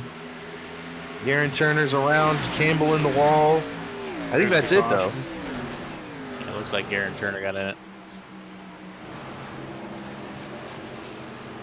There we go. A few more laps click off in the favor of that 48 car. Looks like Francis fell a couple of spots. Matthew Weeks will now be the first car on tires, but none of them passed the front 5 there. Garen Turner loose in turn 2. Yeah. I'd like to see how many incidents Garen Turner has been in this year. It can be arranged. It's a weekly occurrence.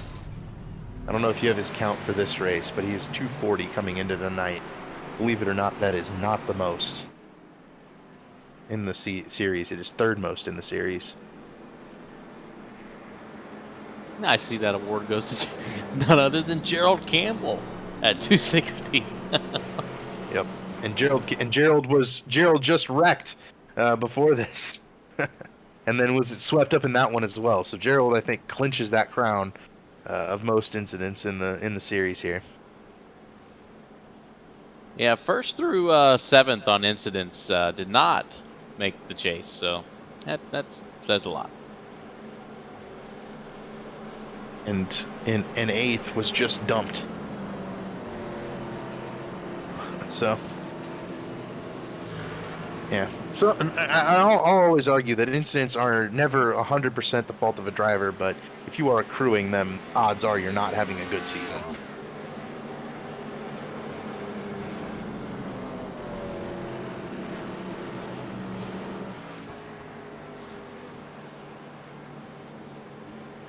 Shout out some guys having a good day now. We've done it before and seen them get their days fall by the wayside. So rest in peace these guys that we're about to bring up. But Jared Mogard up to 8th. Haven't talked about him much today. He's got an opportunity maybe to jump into the top 5 if he can utilize those fresh tires. James Heater's 10th. Hank Steinmiller's recovered to 11th. Trey Holmes is 12th now, and we haven't really talked about him at all today. He's been very quiet, but he's taken advantage of these late race restarts. Andy Trupiano is 13th. Cooper Johnson's strategy call didn't really work out, but he's finding himself in 15th with a chance at a good run. And then Michael Goodman and Kyle Hanshaw there with a chance at a couple of top 20s. Yeah, Hanshaw fought back. He was 2 laps down. He didn't check his fuel for his pit stops. That's why he had to come back in, lose a couple laps. His crew chief's up here in the box in the booth. I do not crew chief for Hanshaw. James Heater's having a good day. James kind of took a step back. Didn't run as many races as last year, but he's coming back here and having a good run. Heater's one of those guys where I kind of always thought he would break out and win a couple of races, but he's just so consistently about 10th to 15th. Yeah, James is one of our higher I rating drivers. Right. Well, guys, I'm sure you guys do this every single week. You think you're going to end the race before 11, and it never happens. We were on a good pace. Good pace to go to about 10:50. But that's not the case. Yep. 6 laps to go. In the admin tower, we have side bets. And typically when Johnny says, well, we're estimated to finish around 10:45, that's when all the cautions start happening. Made it to 20 to go under green flag conditions. And since, I think we've run a grand total of 6 green flag laps.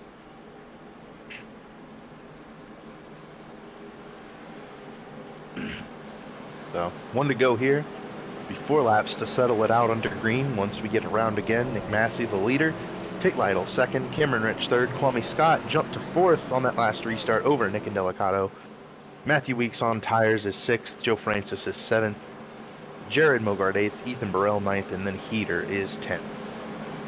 This will be the last attempt here in regular time, so there's a caution. Looks like we will go to extra time and put a couple more laps on the board.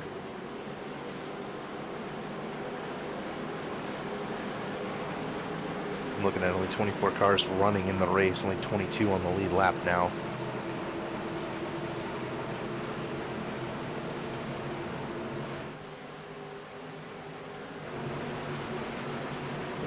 Not a whole lot of spots to be gained for the guys chasing Nick Massey for the championship here with 4 laps to go. It's out on the pace car. On pit road we go, and here we go. Yeah, Lytle pulling the tires a little bit that time. Hopefully the final restart of the 2022 ERSCA season. Cameron Rich to the inside of Tate Lytle. He'll clear for 2nd, and he'll try to chase down Nick Massey. Massey's been just about perfect. So he thought, not quite clear yet. Tate hanging up tough on the high side. I hear people crashing. Campbell around. No caution yet. He's going to sit there on the track, though. He's still sitting. He's moving out of the way. Good job by Gerald there. Rita now goes to 4th. Come back to the stripe. Still side by side with Rich and Burrell for the 2nd position. Like the tires not posing too big of an advantage for some of those guys. Heater almost loses it down the back. Scott almost just knocked the wall down as well. And he cut to the inside of Nick and Delicato. So Kwame Scott now going for that 4th position. Those guys on old tires have not been able to be passed by these guys on new tires. Looking for his way around. Rogard driving out of line. Bogart cutting underneath Matthew Weeks, trying to be that first car on tires. Weeks running the top, running the wall. Joe Francis is up there. Kwame Scott's up there as well. Scott goes back to that high side. Might make it work. He's got to the corner panel of Cameron Rich for 3rd. Kwame in the wall. Closing in a little bit on Nick Massey. Coming to the white flag. Last lap in the 2022 ERSCA season, Nick Massey still leading over Tate Lytle. The battles for 3rd between Kwame Scott and Cameron Rich.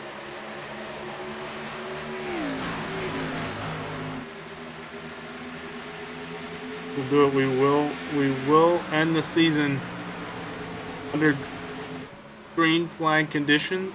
Tate's going to give it a shot. Cameron's going to give it a shot, but it's not going to be enough. We're going to have our first repeat champion here in ERSCA. Nick Massey's going to not only win at Homestead, but he's going to take home the 2022 ERSCA championship. Nick Massey, Tate Lytle, Cameron Rich, the top 3. I think they some form of the 3 of them combined for the top 3 of like 80% of the chase races here. What an incredible chase performance by those guys, and Nick Massey comes out on top. Just a dominating performance here tonight at Homestead.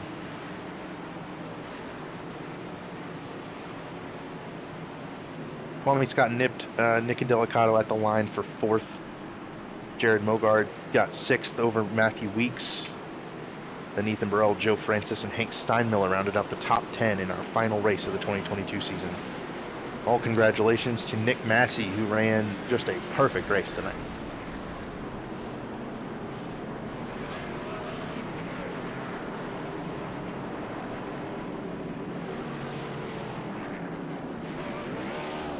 It wasn't until he brought back this red and silver 48 car that he started to push forward. Early in the season, Massey was definitely struggling in the COT. It was not quite the same level as his driving style.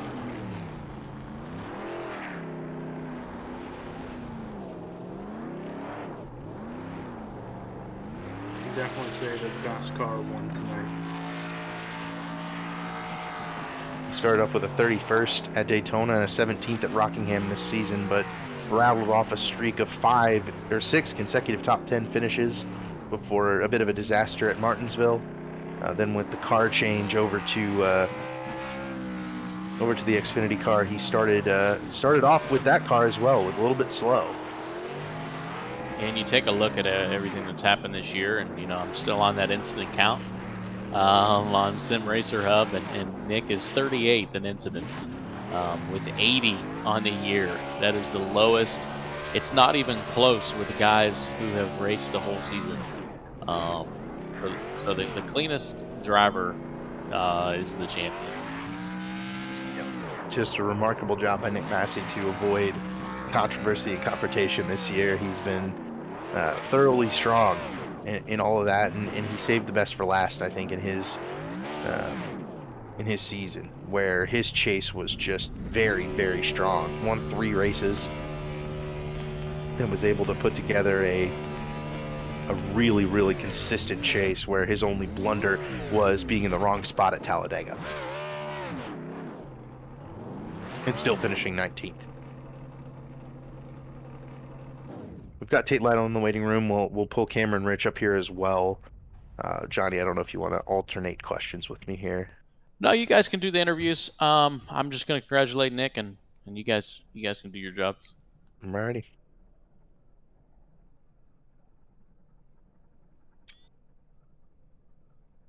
Get Cameron Rich here into the booth. Cameron, congratulations on a good season, buddy, but it just didn't seem to quite be enough tonight. Looked like that 48 car just had something that everybody else didn't. Yeah, Massey was really fast. He had this place figured out. No shame though. I think I think I went out here and did all I could tonight. I didn't think there was going to be any miracles to get the championship or anything. I just wasn't fast enough. Massey, he had the line figured out. I think he was hooking that seam. I did that back in the day. I don't know if I practiced wrong or something, but I just couldn't do it tonight. I was probably fifth fastest car, fifth or sixth. I know Nick was fast. Actually, both Nicks were fast. Tate was fast. Kwame at the end was pretty fast. I think he probably would have got me. So I'm going to count my blessings that I was able to get third tonight. That was pretty cool. I don't think it'll really mean anything for the championship, but it's always cool to get one last interview before the season's out. Absolutely, man. And with a couple of wins and a couple of thirds there in the chase, you definitely had a chance, but it looked like some stuff that was out of your control, I think, cost you a chance at the championship there. And is there anything you think you could have done differently to maybe avoid those situations, maybe for next year? Yeah, I definitely got the chase started off bad by wrecking myself at Darlington. That was just stupid. And I think without that and Talladega and Atlanta, it would have been a lot different. I think last week was really, I don't know, that really kind of jumbled the championship up a little bit. I wish we didn't have that. And I wish we were just able to kind of fight it out into the last race of the season. All out, but it is what it is. I think the cleanest driver won the championship. So that was, congrats to him. Nick is a really good driver. I love racing with him because he's not going to wreck you like some of the guys here will. He actually kind of knows how to keep the car in room, which is pretty cool. We've had an issue with that lately. Not sure why at the end of this race, when we have like 10 laps to go, we have to wreck for 25th place. But hey, got a championship on the line, and that's the way they want to do it. But either I don't want to say too much negative because it was a really good race otherwise, and it was a really good season otherwise. I think there was a lot of really good racing, a lot of really good moments, and in the chase, the cream definitely rose to the top. It's just kind of, I feel like last week was a bit of a black mark on the whole championship and the league, just because it really shouldn't happen. I know I'm going off on a tangent a little bit, but it's, I want to race my championship, my championship mates to the end of the season and actually determine it, between us, not have outside forces influence that. So I hope we don't have that again next year, because I'm really excited about to see what we can do next year. It's kind of a shame. I think we're going to get fourth in the championship, so that's not too shabby. I think it was a second last season, so I really want to try to step it up and go for that title next year. I think all things possible, I can do it. Yeah, you definitely you won the most races this season, and with 4, and then you finished 4th in the championship, and I think it was just a couple of ill-timed results there in the chase that cost you a higher finish. But you got any shout-outs here for the final time in the 2022 season? Yeah, absolutely. First off and foremost, Nick, great job. He won the championship. Well deserved. I want to give a shout out to Harpoon Designs, Bailey Up Sports, 3x TV, you guys, for putting on the broadcast every week. It's always amazing, always great. Johnny and Kyle for putting on this league. Each, the bullshit we give them each and every week, and they still let us race and everything. I'm pretty sure last week it was almost, I'm sure they were probably thinking that's not a good idea anymore, because that wasn't too good. But it's been a really good season nonetheless. I really am excited for next year.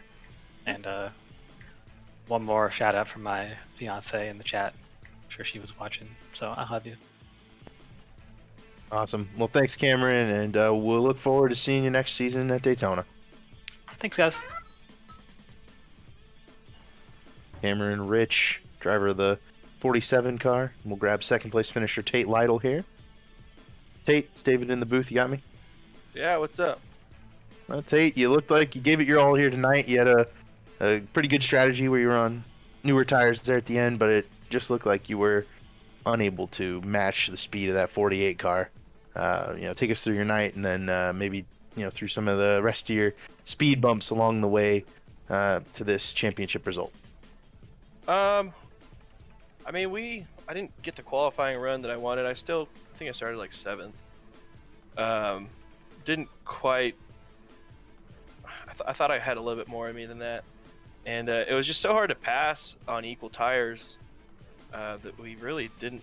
I mean, it took us the whole race to, get to second, and not that we had anything for Nick anyway. He was in a league of his own, and proud of him. He drove a great race and a great season, and there's a reason why the cleanest driver in ERSCA and possibly the nicest won the championship, because I mean, he races everyone with respect, and everyone races him with respect. And unfortunately, not the whole field is able to accomplish that. But Nick's a class act. Proud that he's able to represent ERSCA. It's been a rough couple weeks for the league, but I'm glad that we have him as our champion, and no one more deserving. I didn't have anything for him there. I was trying to get a run off the middle line, but I mean, it was just, I was putting second place in jeopardy by pushing too hard there. I got loose with like 2 to go off of 2, and decided to kind of chill out a little bit because I didn't want to fence myself and lose second in points. But yeah, I don't know. It was just took the whole race to get up there, man. Everyone was so close, other than Massey. Massey had about a half a tenth a lap on the field, but the rest of us were right there. And then the 51 and the 01 got in their little, I don't even know what you want to call it, shenanigans. And that kind of gave us second in the race and second in the points. But yeah, crazy race there at the end. I wish we could have gone green. I think the result would have been the same, but stinks that we had to go through it. Right. Yeah. And it looked like the best couple 4 or 5 cars there tonight were the best 4 or 5 finishers. So with that, Tate, looking forward to next season, can you make step it up one more position and finally become an ERSCA champion? Because I think you'd probably be everyone's preseason pick if you weren't picking Nick Massey to go back to back. I mean, it's all circumstantial. I mean, I could have been in Nick's position just as easily as, well, not just as easily. He's a little nicer than I am, so people race him a little nicer, but almost as easy as he was. I mean, I had a good start in the playoffs or the chase. I was 1 at Darlington and then 3 seconds in a row, and then we were coming through the tri-oval at Talladega looking like, me and Massey were probably going to finish 1-2 when we got taken out.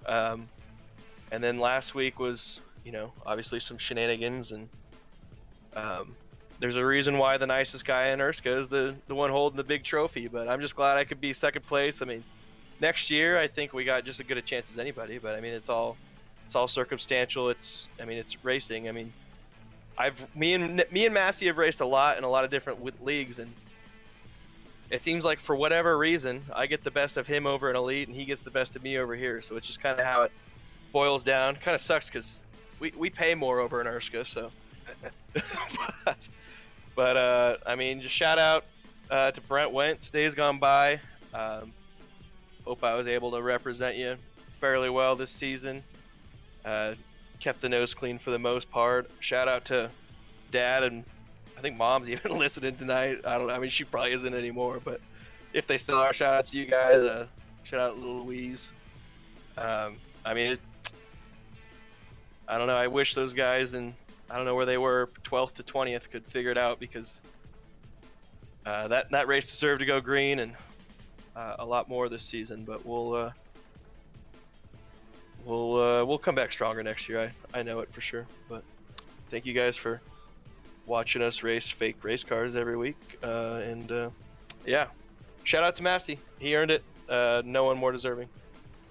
Awesome, Tate. Well, you took my last question, so congratulations on the good run this season, buddy, and we'll look forward to talking to you again next year. Yeah, sounds good, man. See you then. See ya.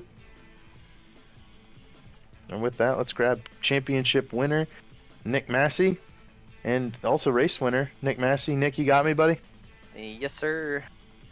Nick, man, the win tonight you just looked like you had another gear on the field, man. Were you all prepped up this week? It just looked like you had something that everybody else didn't. No, usually coming into Homestead, I'm like, okay, I'll run probably top 10 somewhere, but I didn't expect to be that good. I don't know what maybe get like so much better, especially in the long run. I was just trying to take it easy, take care of those tires, and kind of just worked out. I didn't really have time to practice because I was at the Glen all weekend, but yeah. Yeah, man. And take us through those last couple of restarts. It looked like it was a little bit hectic there, but it kind of always felt like you were pretty secure in your strategy and pretty secure with the championship. I'd also love to hear what your kind of thoughts were as you were running through the top 5 from 5th after that second green flag pit stop.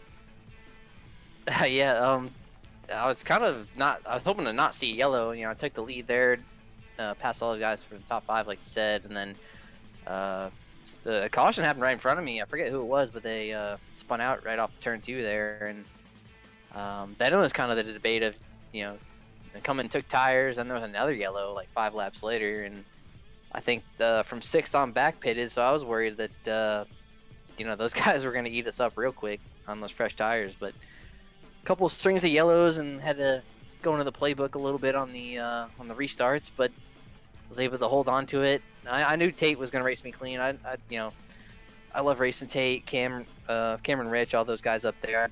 I knew I wouldn't have any problems with those guys. But yeah, made that pit stop. I had I think it was like a 4-second lead before that pit stop you were talking about, and everybody else kind of pitted a little bit before me, so I gave up a little bit of time on them.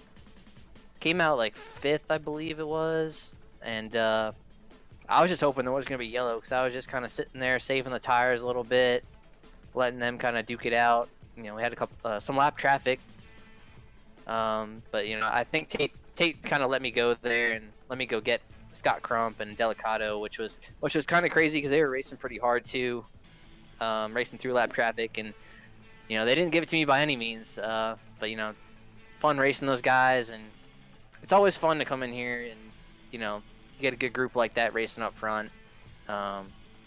Just a good time. Yeah, man, and everybody's been praising. They've been saying the cleanest driver won ERSCA. Johnny was mentioning your incident count.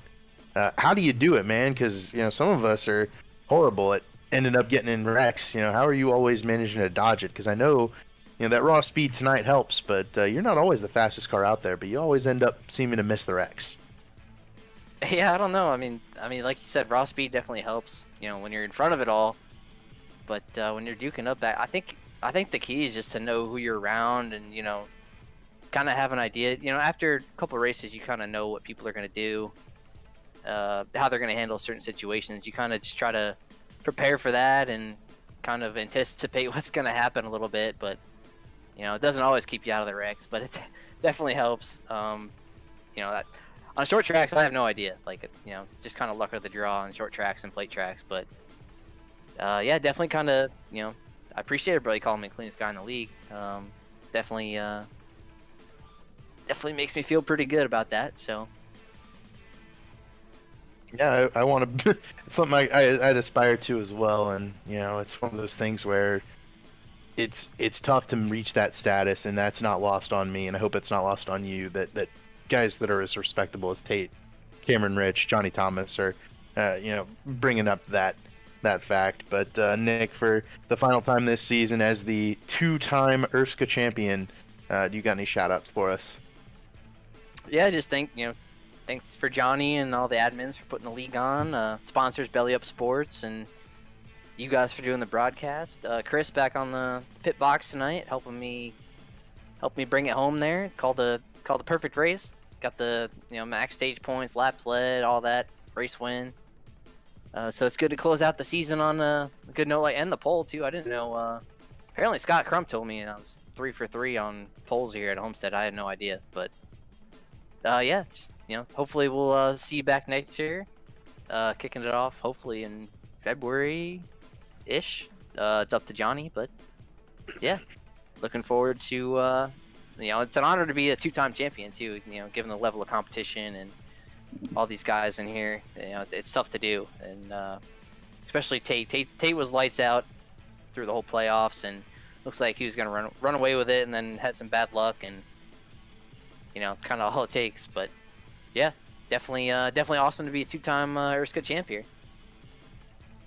Absolutely, man. I think Johnny wanted to mention something to you here. Yeah. Hey, Nick. Congratulations. I just wanted to wish you all the congratulations in the world on behalf of Belly Up Sports and Harpoon Designs who put this thing together this year. You were definitely the most deserving champion when it boiled down to the final 22 races, and it says so on paper. In a season of ups and downs for the league, that the guy who is the most respected, the cleanest, the least amount of incidents, for him to be the champion, it says a lot about ERSCA, but more so it says a lot about you. So congratulations on this championship. Yeah, thanks, Johnny. Appreciate it. With that, Nick, I think we can send you off as the champion, and we'll close down the broadcast for the final time. So congratulations from the whole booth up here, man. Good work this season. Yeah, thanks, guys. Thanks for another awesome season here. Look, and hopefully we'll see you back next year. Mm-hmm. All right, guys. I guess final thoughts for the 2022 season. It was a wild one for sure. We can also give a quick final rundown here. It has been scrolling by on the top of your screen. Johnny, you got any kind of closing remarks here as we view that final running order? I don't know, just a thank you to Belly Up Sports. This is the third year that they've been attached to ERSCA. Mike Brown and everybody at Belly Up Sports, they do a tremendous job of supporting us. Brantley of Harpoon Design is just as equal to Belly Up Sports in the amount of support that they give ERSCA, and all our other sponsors that you guys see scrolling through the ticker each and every week. The drivers, as much as we've been hard on them this year, you know, they put their time and money into this series, into this league, and they're out here every week running, whether they're first or last or somewhere in between. So just a huge shout out, and a huge shout out to you three, Dom, David, Carlos, and 3Y TV for putting this on. I appreciate it so much, and I hope to have you guys back next year in some form, whether it'll be Monday or Tuesday. Hopefully Mondays. But you know, just thank you for everybody for watching too. We really appreciate it. Awesome. Yeah. You're welcome, and we're hoping to be back too, I think. Any final thoughts from Dom or Carlos here? Yeah,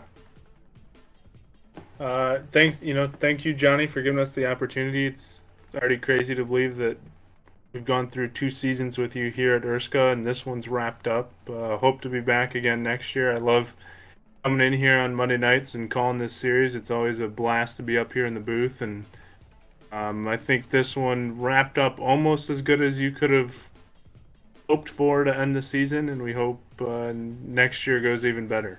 So, yep, I would echo that exactly. Hope to be back. Can't wait for it, and hey, maybe I'll be able to run that Tuesday league.